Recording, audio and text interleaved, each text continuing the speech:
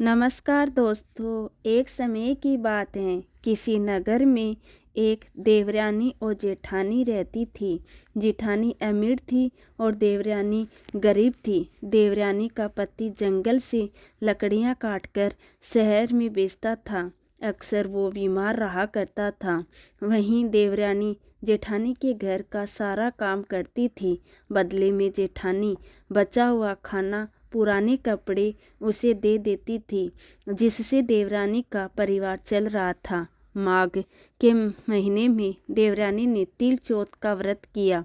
5 रुपए के तिल व गुड़ लाकर तिलकुट्टा बनाया। पूजा करके तिल चौथ की कथा सुनी और तिलकुट्टा छिंके में रख दिया और सोचने लगी, चांद उगने पर तिलकुट्टे का भोग लगाकर ही कुछ खाऊंगी।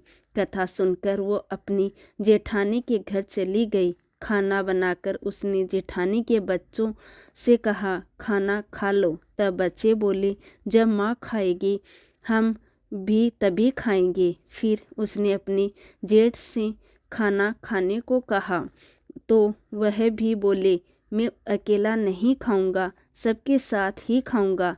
जेठानी ने देवरानी से कहा, आज तो घर में अभी तक किसी ने खाना नहीं खाया, मैं तुम्हें पहले खाना कैसे दे दूं? तुम कल सुबह जल्दी ही बचा हुआ खाना ले जाना। देवरानी के घर पति और बच्चे सभी आस लगाए बैठे थे कि आज तो त्योहार है, माँ आएगी तो पकवान आदि खाने को मिलेंगे। परंतु जब बच्चों को पता चला आज तो सूखी रोटी भी नहीं मिलेगी तो बच्चे रोने लगे। उसके पति को बहुत गुस्सा आया। कहने लगा, सारा दिन काम करके रोटी भी नहीं ला सकती तो काम करने का क्या फ़ायदा।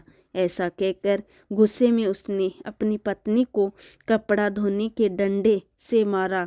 डंडा टूट गया तो उसने उसे पट्टे से मारा।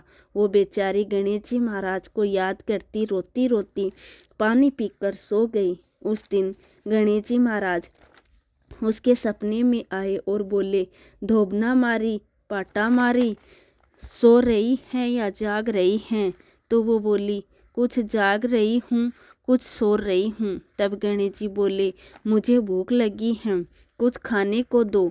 तब वह बोली, क्या दूँ? मेरे घर में तो अन्न का एक दाना भी नहीं है।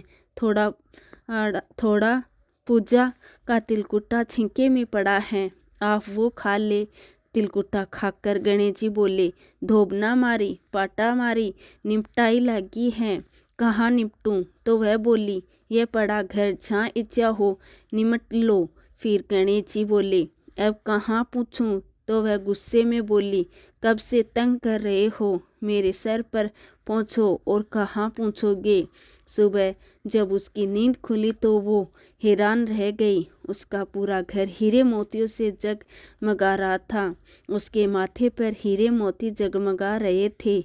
उस दिन वो जेठानी के यहाँ काम करने नहीं गई।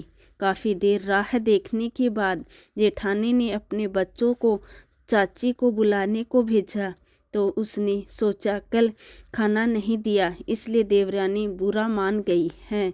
बच्चे बुलाने गए और बोले, चाची चाची चलो, माँ ने बुलाया है, सारा काम पड़ा है। तब देवरानी बोली, बेटा बहुत दिन तुम्हारी माँ के काम कर लिया, अब तुम अपनी माँ मेरे यहाँ काम करने भेज दो। बच्चों ने घर जाकर अपनी माँ को सारी बात बताई कि चाची का घर हीरे मोतियों से जगमगा रहा है। तो जेठानी दौड़ती हुई देवरानी के घर पहुंची और बोली, ये सब कैसे हुआ? देवरानी ने घर लौटकर जेठानी ने अपने पति से बोली, आप मुझे धोबने और पाटे से मारो। उसका पति बोला, अरे भोली मानस, मैंने तो आज तक तुम्हें कभी नहीं मारा, फिर अब कैसे मार सकता हूँ। लेकिन वो नहीं मानी और जिद करने लगी। मजबूरन उसके पति ने उसे खूब मारा। जेठानी ने खूब सारा घी डालकर चूरमा बनाया और छिंके में रख कर सो गई। रात के चौथ विनायक जी सपने में आए और बोले, भूख लगी है, क्या खाऊं? जेठानी बोली, गणेश जी महाराज, देवरानी के यहाँ आपने सूखा तिलकुट्टा खाया था, मैंने तो मेवे और देसी घी डालकर चूरमा बनाया है, छिंके में रखा है, खा लीजिए। अब गणेश जी बोले, कहाँ निपटूं? तो जेठानी बोली, उसके यहाँ तो टूटी फूटी झोंपड़ी थी, मेरे यहाँ तो महल हैं, जहाँ चाहे निमट लो। अब गणेश जी पूछते हैं, अब इसे कहाँ पूछूं? जेठानी बोली, उसका तो गंदा सा माथा था, मैंने तो चमेली का तेल लगाया है, मेरे माथे पर पहुँचिए, धन की लोभी।